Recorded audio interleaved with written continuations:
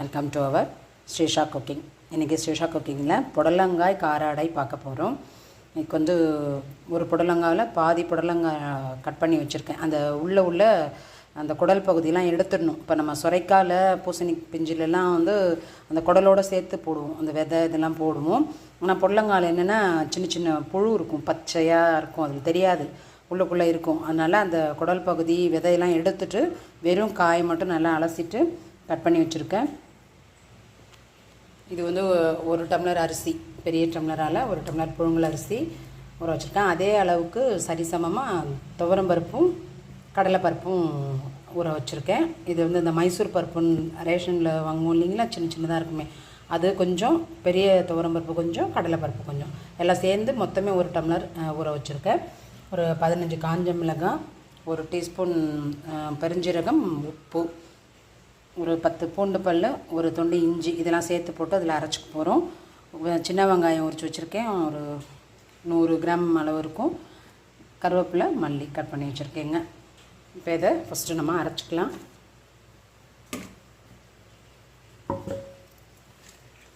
கொஞ்சம் ஊற வச்சுட்டு மிளகா அரைச்சோம்னா கொஞ்சம் ஈஸியாக மசியும். இந்த அரிசியில் கொஞ்சம் பாதி போட்டுக்கலாம். அரிசியில் பாதி போட்டுவிட்டு இந்த சோம்பு உப்பையும் அதில் போட்டுக்குவோம். கொஞ்சமாக தண்ணி ஊற்றி அரைச்சிக்குவோம். ஃபஸ்ட்டு பாதி குறப்பாக அரைச்சிக்கிட்டு அதுக்கப்புறம் பருப்பு போட்டுக்கலாங்க. கொஞ்சம் குறப்பாக அரைச்சிக்கிட்டோம், ரொம்ப நைஸாக அரைக்க வேண்டாம். இப்போ வந்து இந்த பருப்பில் பாதி போட்டு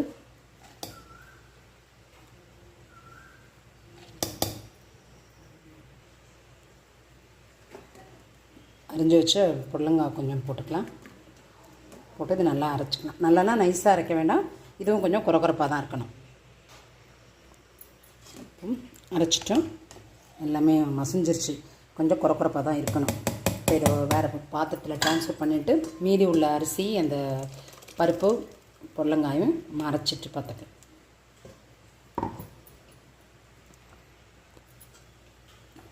எல்லாத்தையும் அரைச்சாச்சு. அந்த இஞ்சி பூண்டும் அதிலே போட்டு அரைச்சாச்சு.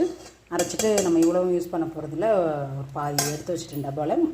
இன்றைக்கி காலையில் இதை செஞ்சோம்னா நாளைக்கு காலையில் அதை செஞ்சுருங்க. ரொம்ப நாளைக்கு வச்சுக்க வேண்டாம், ஏன்னா பருப்பு பொருள் ரொம்ப நாளைக்கு ஃப்ரிட்ஜில் வச்சுக்கக்கூடாது. மஞ்சப்பொடி கொஞ்சம் போட்டுக்கோங்க. இதை ஸ்டோர் பண்ணி வச்சுருவோம் மூடி போட்டு.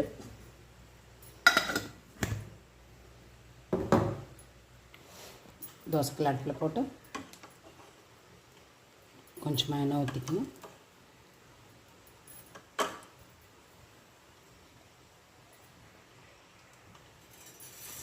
கொஞ்சம் கொஞ்சமாக கடுகு போட்டுக்கலாம்.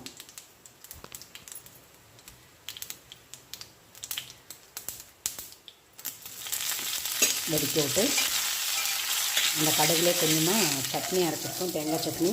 அந்த தேங்காய் சட்னியில் கொஞ்சமாக கடுகு போட்டுக்கணும். 2 in 1 பர்பஸ் நம்ம சமையல் எல்லாமே. இப்போது இந்த வெங்காயத்தையும் கருவேப்பிலை மல்லியும் அதில் போட்டு நான் கொஞ்சமாக லேசாக வதக்கிட்டேன்.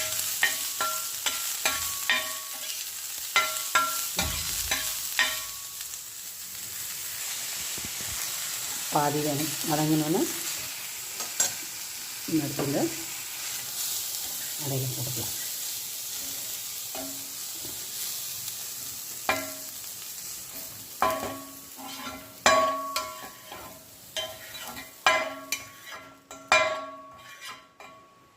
இதோட தோசைக்கல்லை தொட்டோம்னா சுட்டுடும். அதனால் அப்படியே எடுத்து ட்ரான்ஸ்ஃபர் பண்ணிவிட்டு நல்லா கலந்து விட்டுக்கோங்க. பெருங்காயம் கொஞ்சம் போடணும்.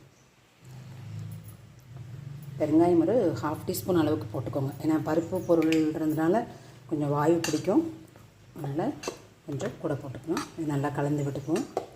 இப்போது அடை மாவு ரெடி ஆகிடுச்சு. இந்த தோசைக்கல்லை ஊற்றிடலாங்க.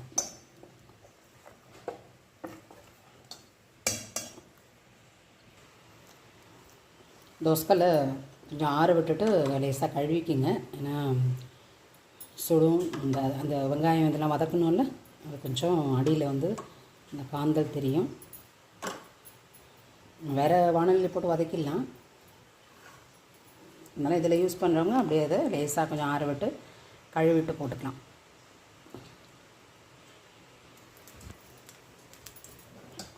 எண்ணெய் காஞ்சிருச்சு.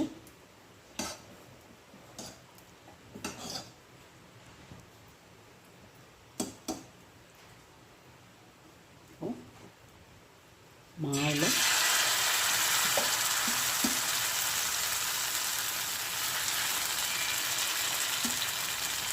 சென்டராக ஊற்றிக்கிறோம். ஊற்றி எண்ணெயெல்லாம் ஓரமாக வருது பாருங்கள். இந்த சென்டராகவே அப்படியே தடவினோம்னா அந்த ஓரத்தில் எண்ணெய் போயிடும்.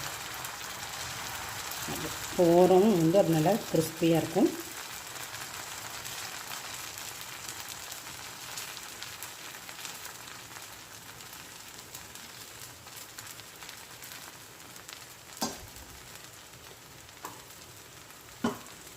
மேலே கொஞ்சமாக எண்ணெய் ஊற்றிக்கலாம்.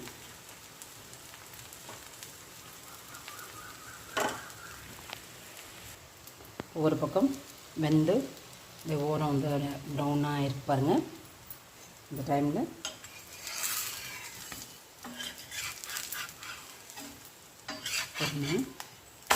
பருப்பு போட்டுக்கலாம்.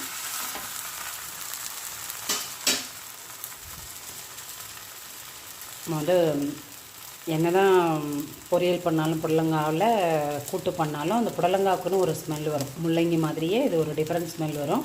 ஆனால் இந்த மாதிரி அடை செய்யும்போது அந்த ஸ்மெல் வந்து சுத்தமாக தெரியாது. முள்ளங்கிக்கும் புடலங்காவுக்கும் ஒரு தனியாக ஒரு ஸ்மெல் இருக்கும். மற்றபடி சௌச்சோ, சுரைக்காய், பூசணி பிஞ்சு அதெல்லாம் வந்து எதுவுமே ஸ்மெல் தெரியாது.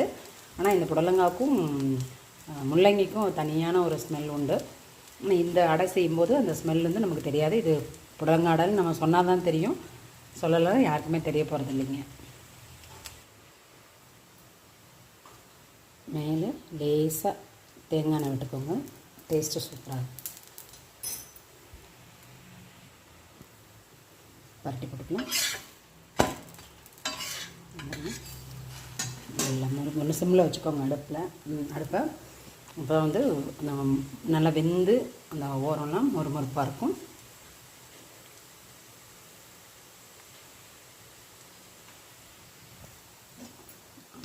அதை எடுத்துடலாம். இப்போ ஓரமும் இன்னும் ப்ரௌனாக மாறிடுச்சு.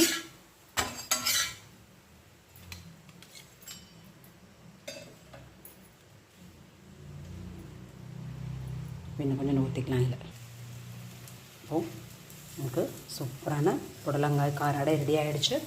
இதுக்கு வந்து தேங்காய் சட்னி, புதினா, கருவேப்பிலை, மல்லி, பச்சை மிளகாய், இஞ்சி, உப்பு, புளி போட்டு பச்சையாக அரைச்சி வச்சுருக்கேங்க. ஏற்கனவே இந்த சட்னி நம்ம போட்டிருக்கோம், புதினா சட்னி எப்படி அரைக்கிறதுன்னு. ஆனால் இதில் வந்து நான் தேங்காய் போடலைங்க, வெறும் கீரைகள் மட்டும் போட்டு அரைச்சி வச்சுருக்கேன். இது இந்த அடைக்கு ரொம்ப சூப்பராக இருக்கும் காம்பினேஷன். நீங்களும் வீட்டில் ட்ரை பண்ணி பாருங்கள். நம்ம ஸ்ரீஷா குக்கிங் சேனலை சப்ஸ்கிரைப் பண்ணாதவங்க சப்ஸ்கிரைப் பண்ணிக்கோங்க. பக்கத்தில் இருக்கிற பெல் சிம்பிளை கிளிக் பண்ணிட்டிங்கன்னா ஆல்னு ஒரு சிம்பிள் காட்டும். அதையும் கிளிக் பண்ணிட்டிங்கன்னா நாங்கள் போடுற வீடியோ உங்களுக்கு ஒன்றே நோட்டிஃபிகேஷனில் வருங்க. Thank you friends.